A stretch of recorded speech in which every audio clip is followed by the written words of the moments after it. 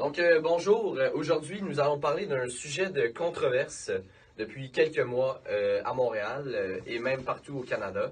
Donc, est-ce qu'on devrait bannir les pitbulls ou pas? Donc, ici, nous, on pense que non. Donc, je vais laisser la parole à Tristan pour débuter. Moi, je trouve que c'est pas juste de bannir toute une race de chiens, juste à cause d'une couple de cas où que les chiens ont tué des personnes. Surtout dans le cas où que la madame de 55 ans s'est fait tuer, le propriétaire du chien avait avoué que son chien était juste agressif depuis qu'il était né. Donc, le chien il était juste de même, puis que c'est pas vraiment. On ne devrait pas mettre le blâme sur tous les autres chiens à cause d'un chien. C'est tout. Merci.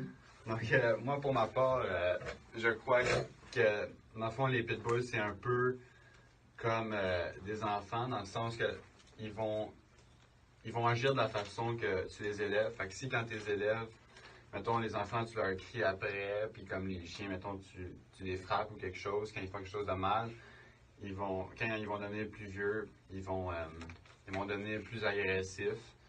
Fait que je crois que aussi, vu que les pitbulls, c'est des chiens qui ont l'air agressifs de nature, les gens qui sont agressifs dans la vie de tous les jours, ils vont s'en acheter.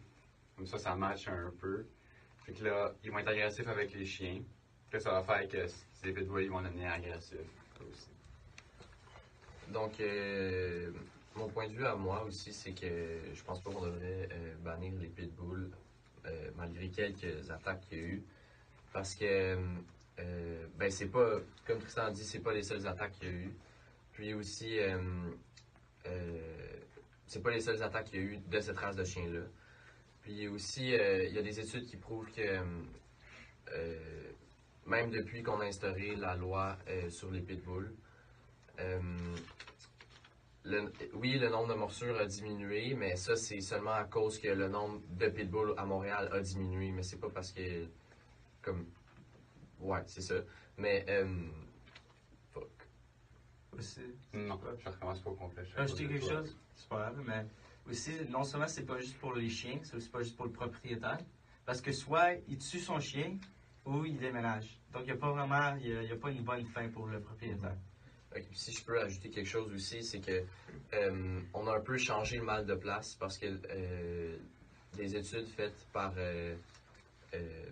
ceux qui s'occupent des chiens, là, je m'en rappelle plus de la compagnie, mais des études faites par eux démontrent que il y a d'autres races de chiens qui ont augmenté à mordre les gens. Puis les pitbulls ont un peu diminué, si je peux dire. Pour conclure, nous en sommes venus qu'à les trois principales raisons pour lesquelles on voudrait que les pitbulls ne soient pas bannis. Sont principalement à cause qu'il y aurait de la discrimination envers les pitbulls et leurs propriétaires. Que dans le fond, tout ce qu'il fait aussi, c'est changer le mal de place parce qu'il y aurait plus de morsures que les autres races de chiens. Et parce que, dans le fond, on croit que c'est les maîtres qui sont responsables pour l'agressivité de leurs chiens. Bonjour. Depuis quelques mois, une loi a été instaurée à Montréal et elle a été instaurée aussi ailleurs au Canada. Cette loi, dans le fond, interdit la possession de pitbull dans la société. Nous, personnellement, moi et mon équipe, nous croyons que cette loi a raison d'être. Nous pensons qu'elle a raison. Donc, elle a raison d'être là. Donc, dans le fond, on va expliquer pourquoi nous sommes de cette opinion. OK. Fait que ça, nous, on est pour bannir les pitbulls parce que à l'été 2015, à Montréal, il y a eu 20 enfants défigurés par des pitbulls. Et également, il y a eu la loi qui interdisait les pitbulls à Toronto en 2004. Avant la loi, il y a eu 168 morsures de pitbull et après, il y en a eu 13. Donc, on voit qu'il y a un effet positif de cette loi-là. Les morsures ont grandement diminué. Et également, les pitbulls causent 2/3 des décès par morsure de chien. Donc, c'est des chiens très dangereux c'est ça, ils sont très dangereux.